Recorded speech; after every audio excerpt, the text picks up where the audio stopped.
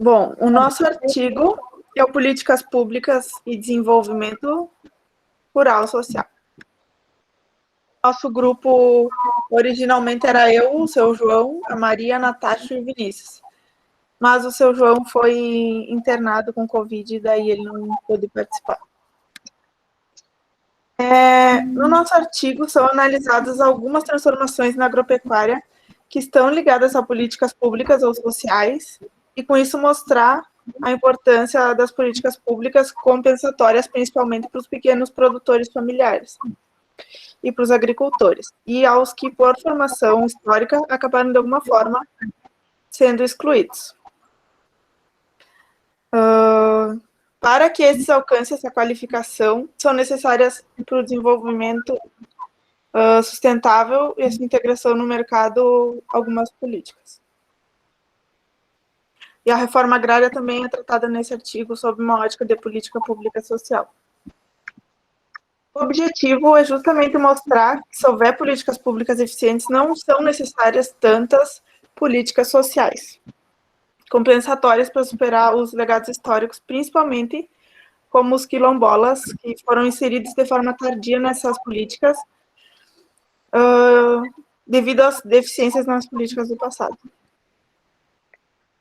A abordagem em relação à agricultura familiar trata dessa como um modo de vida não assalariado e centrado no trabalho na organização da unidade de produção familiar. Geralmente possuem eficiência no uso do espaço, e as sociedades locais são baseadas em valores de cidadania e identidade.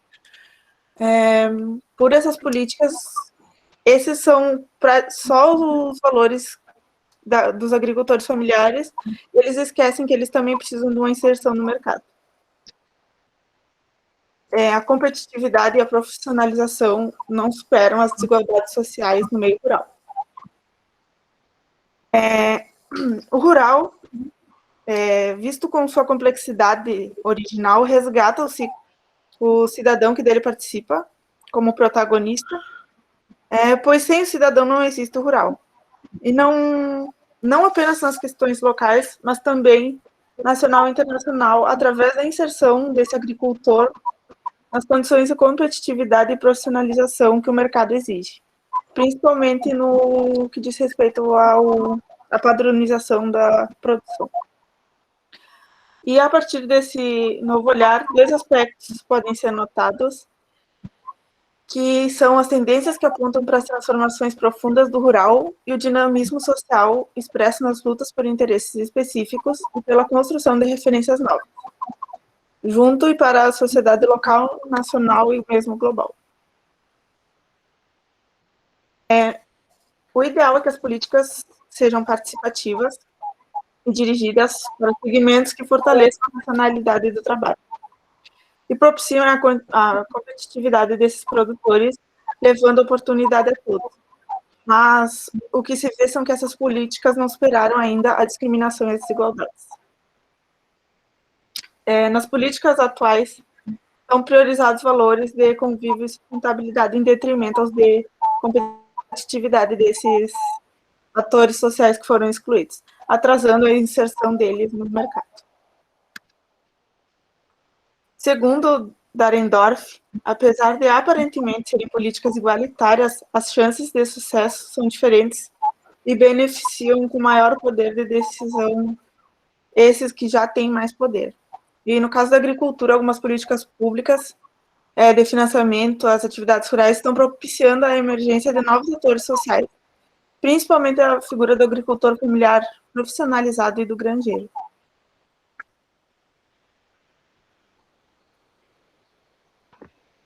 As transformações operadas por esses processos, elas geram impactos que induzem a reelaboração de conceitos, como da identidade sociocultural. E tal processo, na visão dos produtores, como os conceitos de trabalho e de competitividade, interferem na reelaboração da identidade profissional. Então, essas transformações, entretanto, elas não se universalizam e as políticas têm se mostrado insuficientes para resolver os problemas dos esquecidos históricos, como os caboclos, indígenas e quilombolas. e de cerca de 12% da população no meio rural brasileiro que vive em condições abaixo da chamada linha da pobreza. Tendo por base a formação da sociedade brasileira, sobretudo a sulina, ela constata que existe correlação entre as desigualdades socioeconômicas e as identidades a que pertence a maioria dos grupos excluídos dos processos civilizatórios que colonizaram os territórios. Então, é uma alternativa de superação ou diminuição dessas desigualdades, que é a qualificação para o exercício eficiente das atividades reconhecidas como importantes pela sociedade. E é o processo de profissionalização que, mesmo contraditório, pode ser uma das alternativas para garantir cidadania e afirmar identidades socioculturais. E assim gerando um conflito conceitual entre a racionalidade competitiva das agroindústrias, que priorizam a produtividade, e a dos produtores, que priorizam a sua reprodução social e sustentabilidade ambiental onde vivem.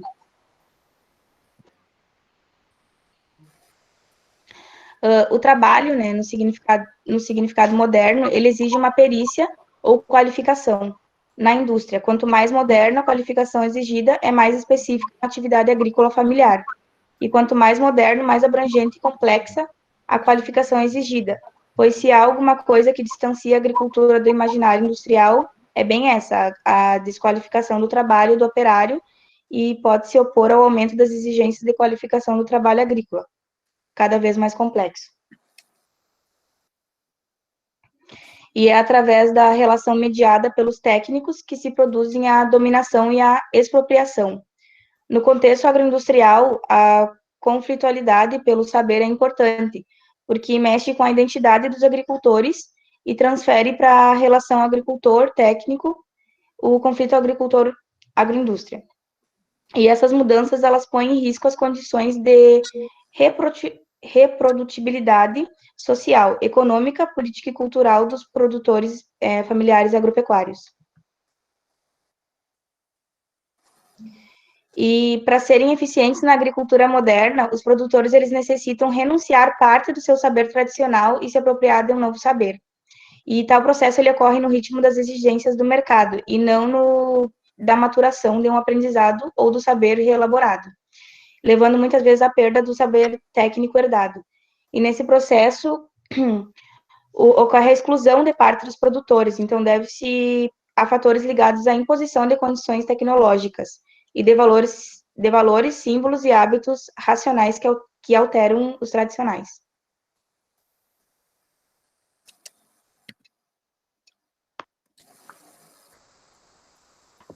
Agora eu passo a palavra para o meu colega Vinícius. Bom dia, pessoal. Vou falar um pouquinho aqui da formação na agricultura familiar moderna e dos excluídos do mundo rural. Passa o próximo slide, por favor. Bom, durante a consolidação da modernização do aparato estatal e da política a partir da Revolução de 1930, alimentou-se um grande debate sobre a expansão da fronteira agrícola e integração nacional como política de desenvolvimento.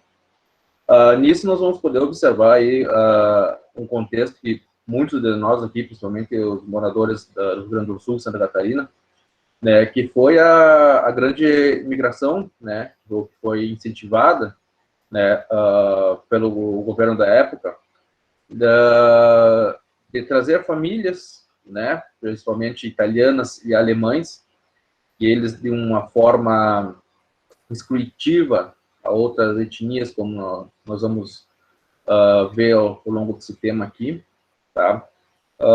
Isso foi colocado desta maneira, né? Por causa que eles tinham certos conceitos, né?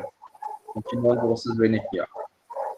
Sendo o trabalho produtivo e determinante na concepção e desenvolvimento de então, a conclusão foi de que a ocupação dos espaços vazios teria melhor sucesso com os imigrantes que preenchiam as condições adequadas, na função dessas condições adequadas. A plena realização do Projeto Nacional de Progresso Econômico do Brasil. Então, eles já tinham esse conceito, áreas vazias, não tem nada, vamos alojar esse pessoal lá para desenvolver a região X. Próximo. O argumento central, portanto, para incluir ou excluir grupos sociais ou identidades socioculturais nas políticas de desenvolvimento era econômico, representado pelo trabalho produtivo. A qualificação dos nacionais, dos de origem afro, seria difícil. O áudio aberto.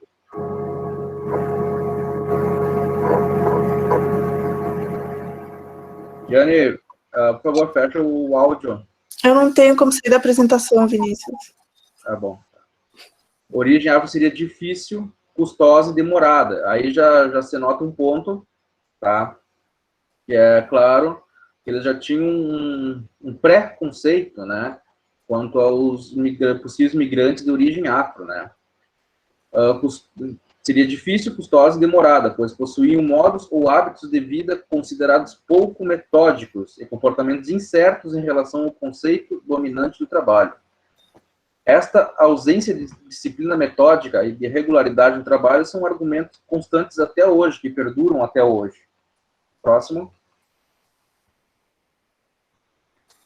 O progresso ou desenvolvimento rural significa substituir o selvagem, né? Lembrando aquele conceito das áreas vazias. Para ele, áreas vazias é o selvagem, onde não havia ainda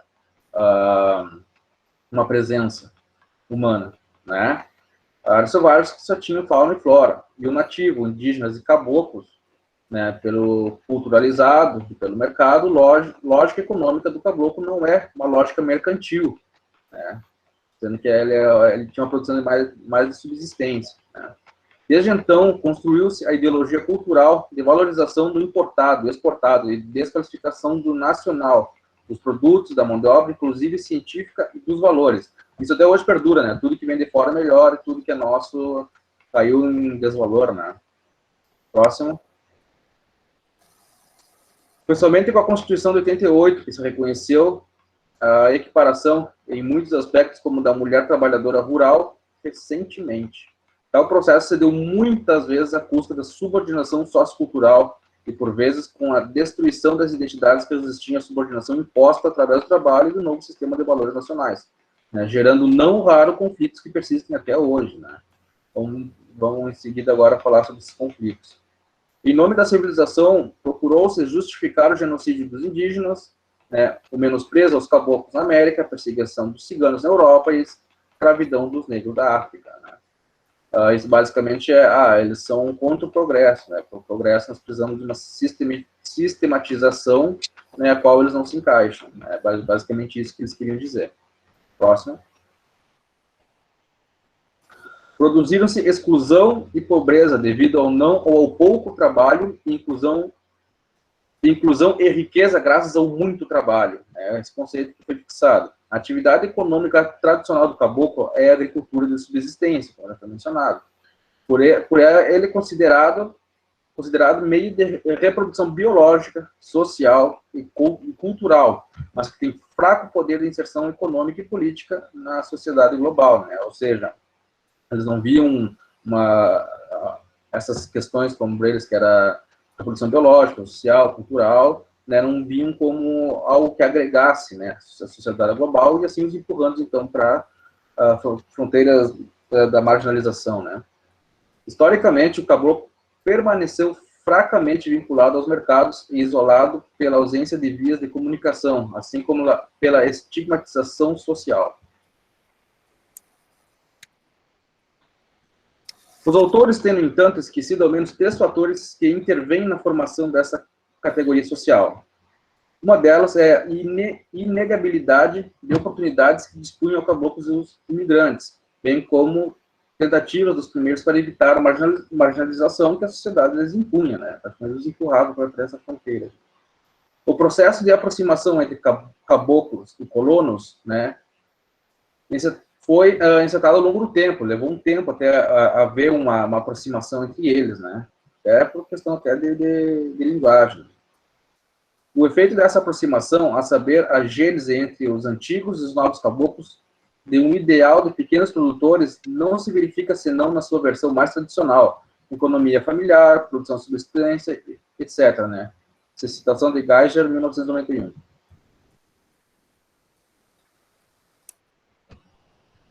A imposição moderna de trabalho aprofunda a exclusão de quem não introjetou sua centralidade. O caboclo, na sua trajetória de pioneiro, nômade, enfrentou-se com os índios, os fazendeiros e os colonos, porém nunca conseguiu transformar suas possessões e propriedades, né? Aí isso expande aquele conceito dos conflitos que gerou, né? O caboclo tentando se firmar em algum local sempre encontrava resistência, ou de grandes fazendeiros, ou de índios daquela região, né? Às vezes eles achavam que era um lugar, entre aspas, selvagem para ser local, logo em seguida apareciam, então, os índios reivindicando tal terra e geravam conflitos, né? Então, foi uma questão totalmente conflituosa que gerou toda essa estigmatização. Próximo. O depoimento de Zanata descreve a rejeição do caboclo na região de Planalto do Rio Grande do Sul, onde viveu sua infância com os pais donos de uma serraria. Citação: as terras pertenciam ao Estado. Alguns caboclos que lá residiam queriam comprar, mas não concediam a terra facilmente a essa gente. A preferência era sempre dos colonos que chegavam, né? Aí outro exemplo daquela estigmatização. O alemão, o italiano, ele é trabalhador, ele não tem malandragem, ele acorda cedo, né? Já dentro daquele pacote marginalizante, né? Então, para eles, o caboclo, né? O trabalhador de origem africano não tem esses atributos, então ele não era bem visto, né? Eles preferiam realmente ceder as terras para quem veio de fora do que para os próprios caboclos da região. Próximo. É a partir das lutas sociais, de resistência, de reivindicações ou de produção de políticas para o setor que se desenvolve o conceito positivo da atividade rural, né, expresso pela autoestima crescente e pela afirmação social da agricultura familiar. O agricultor familiar passou a recusar ser identificado por termos com os quais não se identificava, tais como camponês, colono ou trabalhador rural. Pode passar? A agricultura familiar passou a ser vista como um sistema de produção específico e particular com grande capacidade de adaptação. O modelo familiar bem estruturado, com políticas adequadas, é econômica e socialmente eficiente, sensível a questões ambientais e por isso se afirma crescentemente como sustentável ou durável. As contestações de generalização desse modelo, principalmente nas décadas de 60 e 70, aí lembrando, nesse período aí, 70, principalmente foi a Revolução Verde, né, se associa perfeitamente a esse tempo, representavam uma defesa do latifúndio e da oligarquia, ou uma postura ideológica de defesa do comunitarismo empresarial. Aí podemos citar aí, tranquilamente as cooperativas, né? Em Santana do Livramento, né, teve várias cooperativas fortes, mas que vieram a falir, infelizmente. Próximo. Tá, agora é a Maria. Maria. Reforma agrária, política pública ou política social? Pode passar, por favor.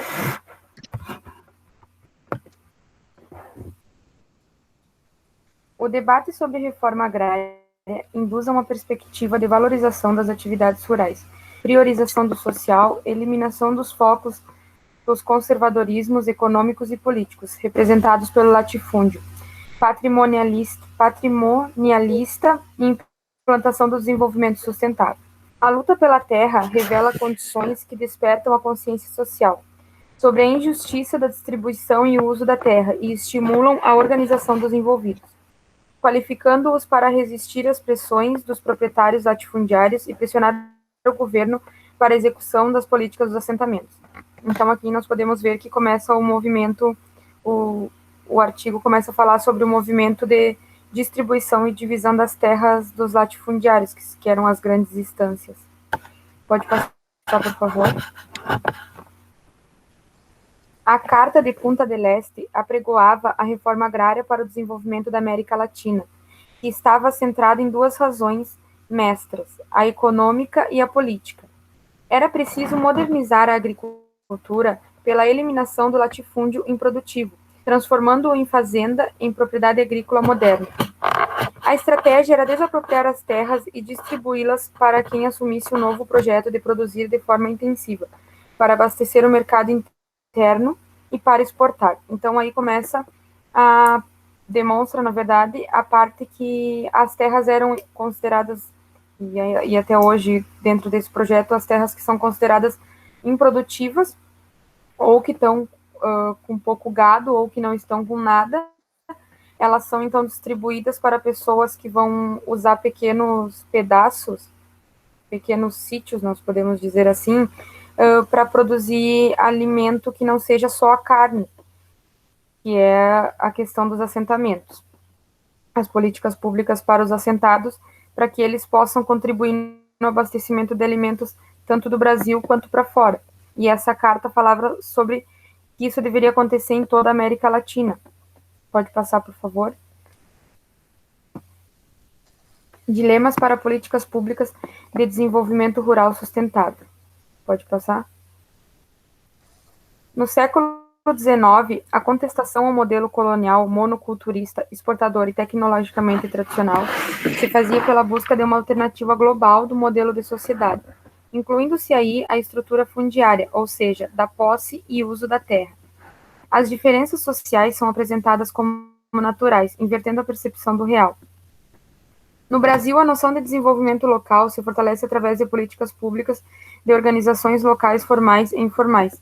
Então, essas políticas públicas, elas determinavam e falavam sobre que não basta apenas a pessoa ter a terra, a posse da terra, ela tem que fazer o bom uso e o bom aproveitamento da terra. E por isso que as terras que estavam em posse de muita terra em posse de poucas pessoas, foram distribuídas, né? Teve um período que agora nós já não vemos mais, de distribuição dessa terra, para que não apenas tivessem a posse, mas para que a terra pudesse ser usada e pudesse beneficiar a todos. Pode passar.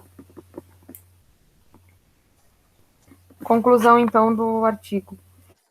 O desenvolvimento local resulta da potencialização da participação dos beneficiários, através de iniciativas comunitárias, promovendo parcerias com o Estado, nos 3 níveis, e com empresas privadas.